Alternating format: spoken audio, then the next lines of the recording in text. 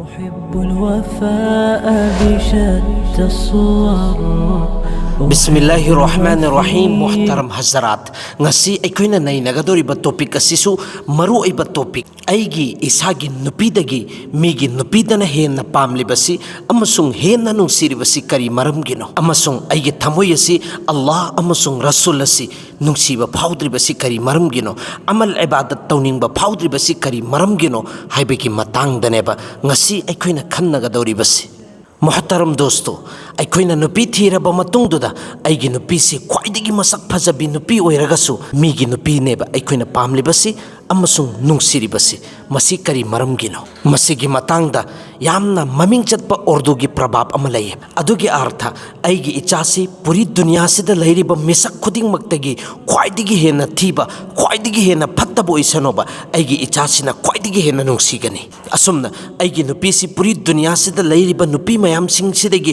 ख्वाइदगी हेना फजबी ओइरसु नुहोंगलबा चही खरगी मतुंगदगिदी अतोप्पा नुपीसिना हेना नुंगसिगनी पामगनी ख्वाइदगी हेना थीबी नुपी ओइरगसु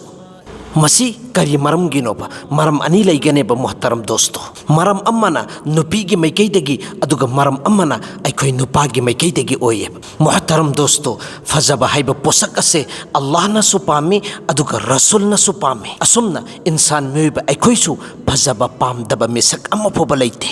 असुमना अइना लौरिबा नुपी असे अइगा चानरगनी अइना पामे अइना येंगबा मतमदा नुंगसिरे फजरेना खल्लगा लौबा ngaktani असुमना अइना अहानबा अइगी नुपी से उबा मतमदा पूरी दुनिया सिदा मंगोंदगी हेना फजबा नुपी अम्मा फोबा लैबा नत्ते अदुगा निका सोलबा मतुंग नुहोंगलबा मतुंगदुदा चही खरगी मतुंगदगिदी अइगी नुपी सिना ख्वाइदगी मसक थीबी ओइखरे अदुगा अतोपी ख्वाइदगी मसक थीबीदो अदुने हेना फजबा अमसुंग नुंगसिबा ओइखरे करी मरमगिनो मसिगी अचौबा मरम अम्मना सोसाइटी सिदा चटनाबी ओइना ओइनरिबसे चाहे अइगी इमा ओइगेरा चाहे इचन ओइगेरा अइगी इची ओइगेरा युमदगी हेक थोपा मतमददी दुनिया सिदा लैरिबा मखल मथेनगी मेकअप मयाम जिंगसे लोइनमक तौरगनेबा थोकदोरिबसे अइखोइना युमदगी मेकअप तौरगा थोकलिबसी करी मरमगिनो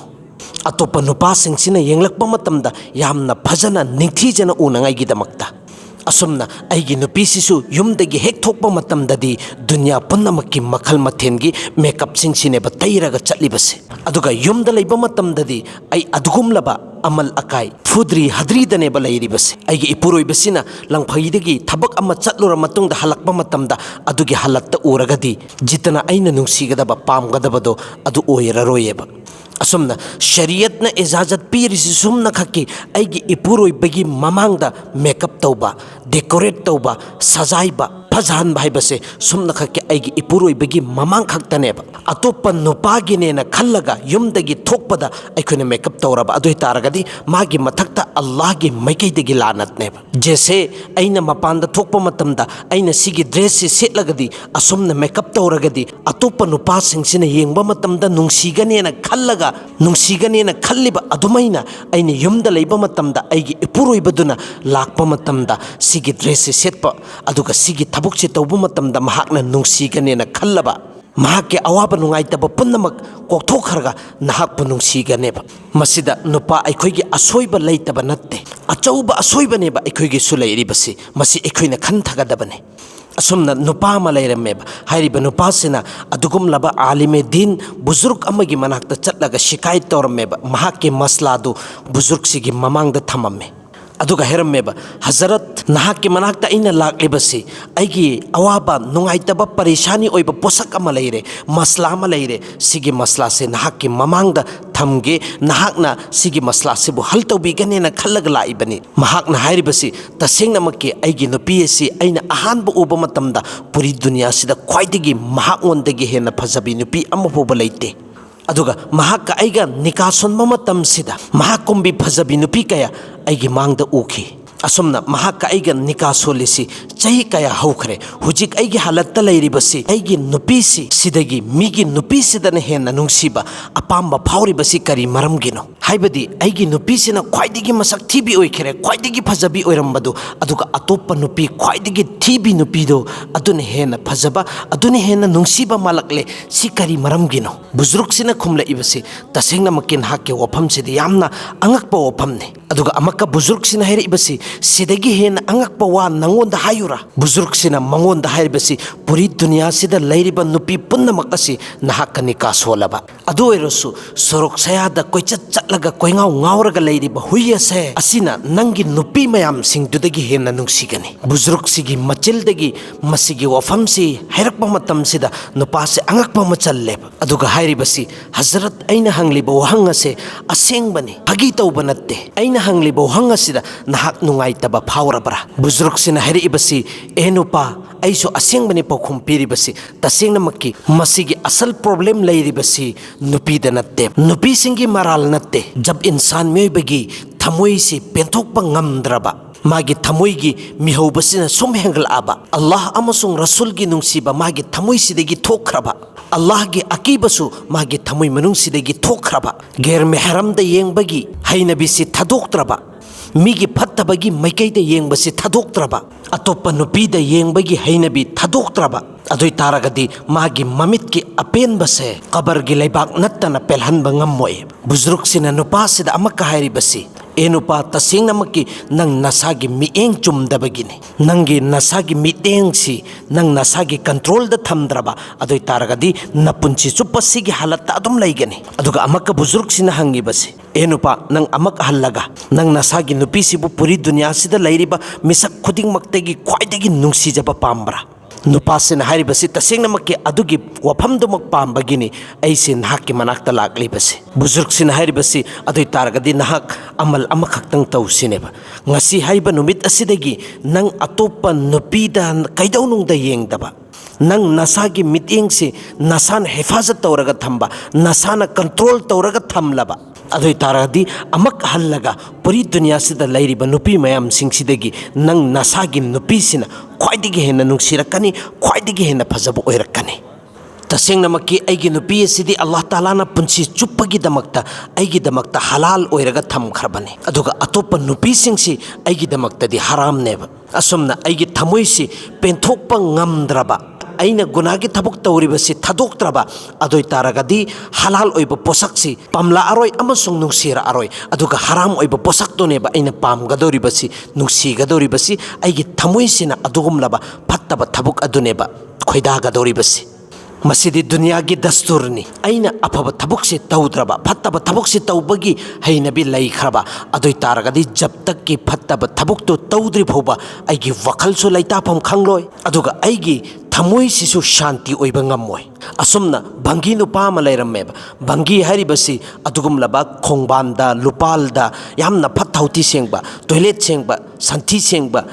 थी सेंगबा अदुगुमलबा कांगु सिंगदुनेबा मखोय सिंगजे अदुगुमलबा मनम नमथीबा मफमदुदा अदुम लैरगा थबुक सुबा कांगुनेबा अदुना फत्तबगी मनम नमथीबा मयाम सिंगदु अदुम हैनरगा लैरबनेबा अदुना नोंमुनुमित अमदी एतरगी दुकान अमगी ममांगदा सम्मगा चटपा मतमदा एतरगी मनम नुंसी नुंसीबदु ताबा मतमदा खुदक्तने भवान थरिबसे नुपा मवान थखरिबसी करिगिनोना मयामना चेंजलआगा इसिंग थाक्तना तौबा मतमदसु हंगलक्तरेबा मनाक्तुदा महाकी ममानबा अमा लैरमेबा महाकी ममानबसिन हारिबसी महाकी प्रॉब्लम से अइना खंगी अदुना अइ तौगेना हायरगा चटखरे अदुगा टॉयलेट तगी थी सिनेबा कोटलगा पुरइबसी अदुगा मागी मनातोंदनेबा मनम नमहल्लिबसी असाइगी वान थखिबा बंगी नुपासी थी मनम से हेक ताबा मतमदनेबा होगलइबसी ज्ञान तरइबसी हाइबदी नुपासी महाकी मपुनसिदा मनम नुंसीबा हाइबसी करिनो खंगिद्रबनेबा फत्तबा मफमदा लैबनिना फत्तबा पोसक मनम नमथीबा पोसक तुनेबा मंगोंदा हैनरगा लैरिबसी असुमना अखोइगी इंसान मियोबिगी पुंसीसिसु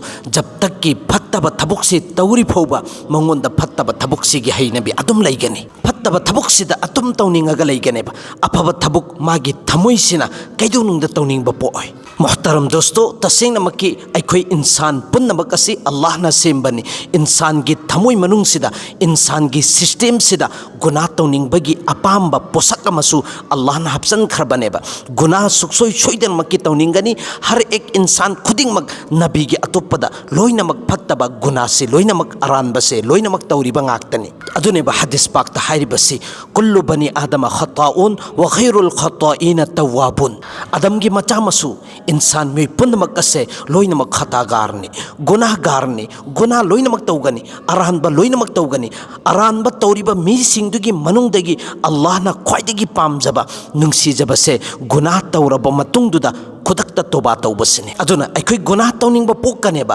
गुनाह सि यारिमतिक तौदना ये होतनगदबने अरानबसी फत्तबसी यारिमतिक तौदना होतनगदबनेबा अदुबु अइगी पुंसीदगी अइगी खोंथांगदगी सोइखिबा तारे अदुइ तारगदि खुदक्ता अल्लाह गी मनाक्ता चंगसलगा तौबा तिला तौरगा अल्लाह दगी अइगी गुनाहदो अइगी अरानबदो कोक्थोहलहुगदबने अखोइना गुनाह तौरबा मतुंगदा अल्लाह गी ममांगदा तौबा तिला तौद्रबा अदुइ तारगदि अइगी थमुइसी सी थइए अदुननि अचौ अचौबा गुनाह कया तौबा मतमदा अकीब फाउद्रिबसी अदुक यामना मतिक मगुल लैखरबा इंसान मेबिगी थवाई से लौबा मतमदा कैसोइना खंद्रिबसी अइगी थमुइसी सीरिबसी करी मरमदगिनो हदीस पाक्तने बलाइबसी हजरत मैमून बिन मेहरान रदियल्लाहु ताला अन्हुना रिवायत तौबने जब बंदा इंसान मेबिसिना गुनाहमा तौबा मतमदा मागी थमुइ मनुंगदुदा अमुबा नुक्ता मनेबा थिल्लिबसी करिगुंबा माना तौबा तौरबा अदुइ तारगदि अदुगी अमुबा नुक्तादो मागी थमुइदगी मांगखिएबा अदुगी मतुंग अदुदा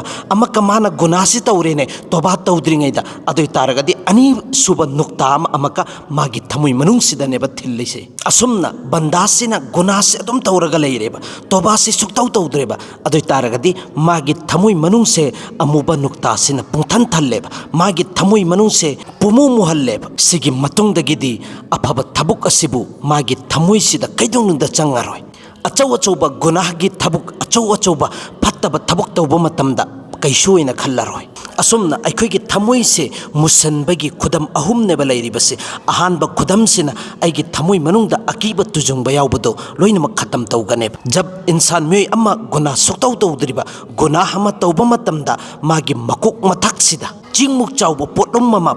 नंथरा अबाइना खल्ले माना तौखरिबा गुनाहदुगी तौबा तौद्रि फौबा अदुगा अइना गुनाह अमा तौगेना खनबा मतमदा अइगी थमुइ मनुंगसिदा तुजुंगबा अकीबा मा यावबदो अदु लोइनमक खतम तौखरनेबा अम्मा फोबा लैररोय अनिसुब खुदमसिना अफबा थबुकसे अइना कैदोंनुंगदा तौनिंगबा फावरोय अइगी हक्चांगसिदा अफबा थबुककी नमाजुजु सोनबगी नत्रगना अमल इबादत तौबगी लाकपा मतमदा अइगी हक्चांगसे अदुगी मतिक तंथगनेबा तौनिंगबा सुपाव फावरोय अहुम सुब खुदमसिना अइंगोंदा कनागुमा मिसक अमना एडवांस अफबा एडवांस पिरकपा मतमदा अइ कैदोंनुंदा लौनिंगोय अइंगोंदा अफबा वा अइसि फनांगाइगी अफबा वा हेरकपा मतमदा अइ कैदोंनुंदा लौनिंगोय अइंगोंदा नसियत तौरकपा मतमदा अइ कैदोंदा यानिंगोयबा अइंगोंदा करी मरमगिनो मखोइना समझाइरकदोरिबसि नसियत तौरकदोरिबसि अइगी नुपीना अइंगोंदा करी मरमगे अफबा वा हेरकदोरिबनो अइगी इमा इपासिना करी मरमगे अइंगोंदा एडवांस पिरकदोरिमो हाइबगी वखल्लोंदा लैगनेबा हालांकि महाक्सि फनांगाइगी दमक्तनेना एडवांस पीरिबनेबा नसिहत तौरिबनेबा अदुबु मागी थमुइदुदी मुसन खरबनिना अफबा पोत्तो फत्तबोइननेबा उरिबसि अदुना मोहतरम हजरात अरोइबदा अइना दरखास्त तौजनिंगिबसिदि करिगुंबा अइगी थमुइसि मुसन खरबा अदुइ तारगदि अमांगबगी अमांगबा ngaktani फत्तबगी फत्तबा ngaktani ओइगदोरिबसि अदुना अइखोइगी थमुइसि मुसन दनांगाइगी अल्लाह ताला दा यामना तोइना तोइना तौबा तौबा ताइ अल्लाह ना अखोई पुनमकपु हाइख्रिबा खरसिदा अमल तौबा ngambagi तौफिक पीनबी बोइसनो।